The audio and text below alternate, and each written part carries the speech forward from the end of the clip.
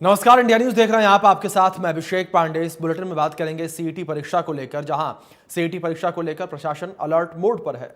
परीक्षा की लगातार तैयारियां की जा रही हैं और अभ्यर्थियों की सुविधा को लेकर व्यवस्थाएं की जा रही हैं। ये बड़ी खबर है। हरियाणा में सीईटी परीक्षा में मात्र 2 दिन बचे हुए हैं। इसको लेकर हरियाणा सरकार एक्शन में आ गई है और हरियाणा में तृतीय श्रेणी पदों की भर्ती के लिए 26 और 27 जुलाई को सीईटी की परीक्षा होनी है। परीक्षा में नकल और पेपर लीक जैसी घटनाओं को रोकने के लिए कई इंतजाम किए जा रहे हैं। तो वहीं जरूरत पड़ी तो परीक्षा के दौरान संवेदनशील परीक्षा केंद्रों के क्षेत्र में इंटरनेट सेवा ठप की जा सकती है, यानी कि बंद की जा सकती है। तो परीक्षा को पारदर्शी बनाने को लेकर सरकार लगातार प्रयासरत है और इस बीच जानकारी ये भी है कि कई संवेदनशील जो परीक्षा केंद्र होंगे उनके आसपास उस जगह में इंटरनेट सेवाओं को परीक्षा के दौरान के लिए बंद किया जा सकता है। सीईटी परीक्षा को लेकर प्रशासन अलर्ट मोड पर आ चुका है और परीक्षा की तैयारियों को लेकर प्रशासन के तरफ से तमाम तैयारियां की जा रही हैं, पुख्ता इंतजाम किए जा रहे हैं और खुद मुख्यमंत्री नायब सिंह सैनी जो है वो इस पूरी तैयारियों पर नज़र बनाए हुए हैं। जिस तरीके से सीईटी परीक्षा होनी है, सीईटी परीक्षा को लेकर मुख्यमंत्री नायब सिंह सैनी लगातार मॉनिटरिंग कर रहे हैं, लगातार वो नज़र बनाए हुए हैं परीक्षा के इंतजामों को लेकर।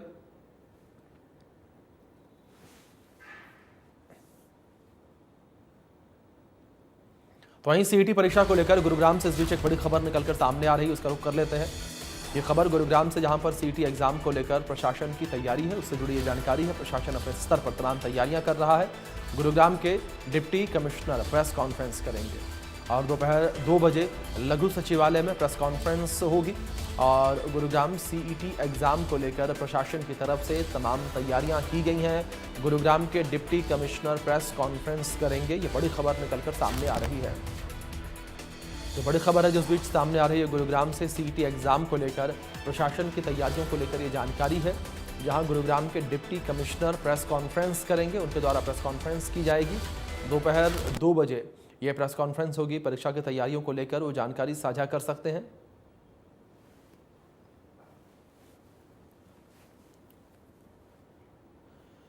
इस बीच हमारे south Haryana bureau chief Gulshan Grover जुड़ गए हैं, उनका रुख करेंगे अपडेट्स के लिए। गुलशन, आपसे जानकारियां चाहेंगे कि जिस तरीके से सीईटी परीक्षा को लेकर तमाम तैयारियां की जा रही हैं, गुरुग्राम में किस तरीके से तैयारी, और दूसरी ओर गुरुग्राम में प्रेस कॉन्फ्रेंस भी की जानी है, उसको लेकर क्या अपडेट्स? देखिए, सीईटी परीक्षा जो 26 और 27 जुलाई 2 दिन होनी है, उससे पहले प्रशासन ने अपनी पूरी कमर कस ली है। लगातार जी। हम देख रहे हैं कि डिप्टी कमिश्नर अजय कुमार की अगुवाई में अधिकारियों का मंथन चल रहा है कि पारदर्शी तरीके से ये परीक्षा हो, नकल रहित ये परीक्षा हो, किसी भी तरह की अभ्यर्थियों को दिक्कत ना है। इसके लिए लगातार बैठकों का दौर चला और आज इसी सभी तैयारियों को लेकर गुड़गांव के डिप्टी कमिश्नर अजय कुमार एक प्रेस कॉन्फ्रेंस भी करने जा रहे हैं, जो कि 2 बजे ये प्रेस कॉन्फ्रेंस है। गुड़गांव के मिनी सेक्रेटेरिएट में प्रेस कॉन्फ्रेंस रखी गई है, जिसमें डीसी अजय कुमार आज सीईटी परीक्षा को लेकर जो भी अभी तक तैयारियां की गई हैं उनका ब्यौरा देंगे और साथ ही ये जानकारी देंगे कि अभ्यर्थियों को बसों की जो व्यवस्था है वो कहाँ से मिलेगी, कितनी रूट की बसें तैनात की गई हैं, इन सभी की जानकारी देंगे। लेकिन अभी तक हमारी जानकारी के अनुसार आपको जानकारी बता दें, ये 2 शिफ्टों में जो परीक्षा होनी है। एक शिफ्ट में गुरुग्राम जिले में जो परीक्षा होनी है, लगभग 163 केंद्र जो है परीक्षा के बनाए गए हैं, जिसमें 2 शिफ्टों में परीक्षा होगी। सुबह 10 बजे से पौने 12 बजे तक परीक्षा होगी। इसके अलावा 3:15 बजे से 5 बजे तक परीक्षा होगी। इन परीक्षाओं में एक परीक्षा के अंदर, जो कि एक शिफ्ट के अंदर लगभग 36,372 जी। परीक्षार्थी जो है परीक्षा देंगे। यानी अगर 2 शिफ्टों में परीक्षा ये होनी है तो लगभग हम कहेंगे कि 1.5 लाख के करीब जो अभ्यर्थी हैं वो परीक्षा देने वाले हैं गुड़गांव जिले में। और अब ऐसे में किसी को कोई दिक्कत ना आए, किसी तरह की कोई परेशानी ना आए, इसीलिए लगातार बैठकों का जोर जो है मंथन चल रहा है। लगभग 150 बसें गुड़गांव डिपो से ये तैनात की गई है, जो अन्य जिलों में जाएंगी। यानी जिन्होंने गुड़गांव से परीक्षा के लिए आवेदन किया है उनका जो सेंटर है वो फरीदाबाद आएगा, और फरीदाबाद के लिए जो बसें हैं वो हर जगह से तैनात की गई हैं, चाहे वो गुड़गांव का बस स्टैंड हो, चाहे वो लेजर वैली ग्राउंड हो, इसके अलावा सेक्टर 10 हो। कई जगह ऐसे पॉइंट बनाए गए हैं जहां पर ताऊ देवीलाल स्टेडियम हो, यहाँ से जो है परीक्षार्थी आसानी से अपने जहां भी उनका स्टेशन आया वो वहां तक पहुंच सकते हैं। इसके अलावा अटल सेवा भी शुरू की गई है ताकि परीक्षार्थी को परीक्षा केंद्र तक भी जो है पहुंचाया जाए, किसी भी तरह की कोई दिक्कत ना आए।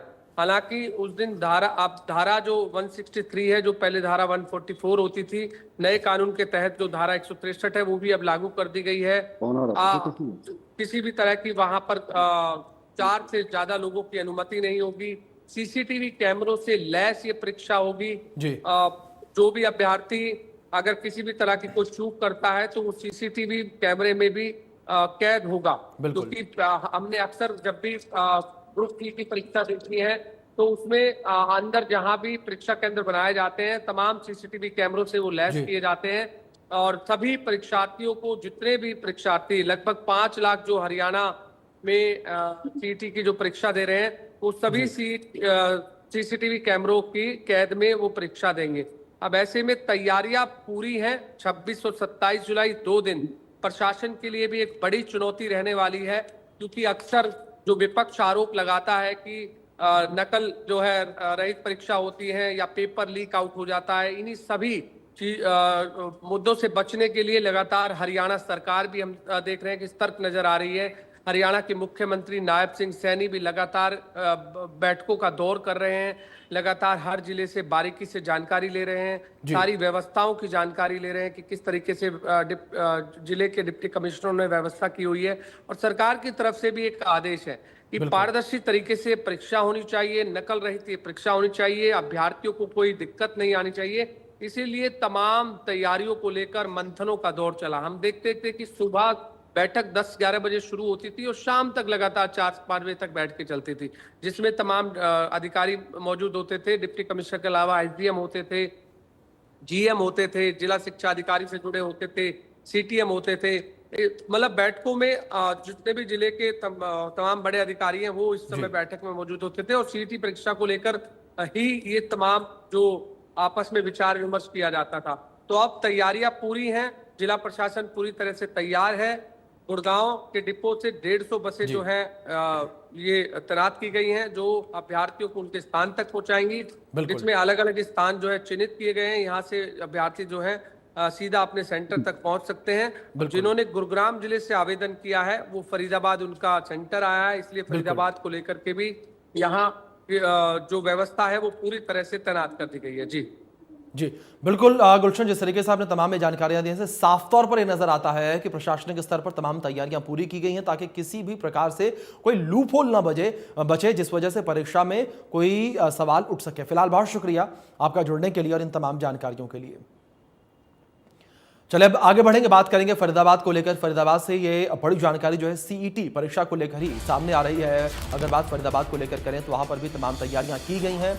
फरीदाबाद में सीईटी परीक्षा को लेकर तैयारियां जारी हैं, लगातार तैयारियां जो हैं वो की जा रही हैं। परीक्षा के दिन अभ्यर्थियों के लिए निःशुल्क बसें चलेंगी और फरीदाबाद से पलवल के लिए कुल 358 बसें चलाई जाएंगी। 350 से ज़्यादा बसें चलेंगी। ये परीक्षा के दिन अभ्यर्थियों के लिए निःशुल्क बसें चलेंगी, फ्री ये बसें चलेंगी और जो परीक्षार्थी होंगे उनसे किसी भी प्रकार का कोई टिकट नहीं लिया जाएगा। बस यात्रा के दौरान वो अपनी परीक्षा के दौरान बस में मुफ्त में यात्रा कर सकते हैं। सरकार की तरफ से यह आदेश जारी किया गया है। तो ऐसे में लगातार तमाम तैयारियां जो है फरीदाबाद में भी की जा रही हैं। फरीदाबाद में भी कई सेंटर जो हैं सीईटी को लेकर बनाए गए हैं।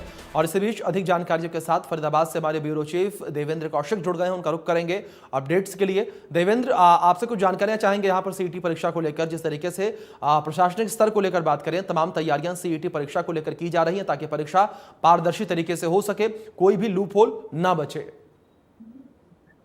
बिल्कुल, देखिए 26 और 27 जुलाई को होने वाली सीईटी की परीक्षा को लेकर फरीदाबाद में भी तैयारी पिछले काफी दिनों से की जा रही थी। डीसी की अध्यक्षता में तमाम अधिकारियों के बीच में बैठकों का दौर लगातार जारी रहा और ऐसे में जो एक बड़ी चुनौती थी फरीदाबाद को लेकर, चूंकि फरीदाबाद में सबसे ज्यादा 163 सेंटर, एग्जाम सेंटर बनाए गए हैं और यहाँ 5 जिलों से जो परीक्षार्थी हैं वो यहाँ पहुंचेंगे। रोहतक की बात करें, झज्जर, गुरुग्राम, नूहू और पलवल, यानी कि 40,000 के आसपास यहाँ परीक्षार्थी परीक्षा देने के लिए पहुंचेंगे। तो बड़ी चुनौती प्रशासन के लिए इस परीक्षा को कराने के लिए शांतिपूर्ण तरीके से एक चुनौती थी और उसको लेकर कई तरीके से बैठकों के दौर जारी रहे, अलग अलग जिम्मेदारी दी गई है। अगर बात करें परीक्षार्थियों को बसों से लाने के लिए, क्योंकि जो 5 जिलों से यहाँ परीक्षा देने के लिए परीक्षार्थी पहुंचेंगे तो जाहिर सी बात है कि काफी संख्या में यहाँ बसों का भी संचालन किया जाना है। तो इसको लेकर फैसला लिया गया है कि शटल बस सेवा शुरू की जाएगी और शटल बस से ही जो अभ्यर्थी हैं उनको पिकअप पॉइंट बनाकर वहां से ले जाया जाएगा, ड्रॉप पॉइंट तक छोड़ा जाएगा। तो ये तमाम तरह की कवायद प्रशासन की तरफ से अब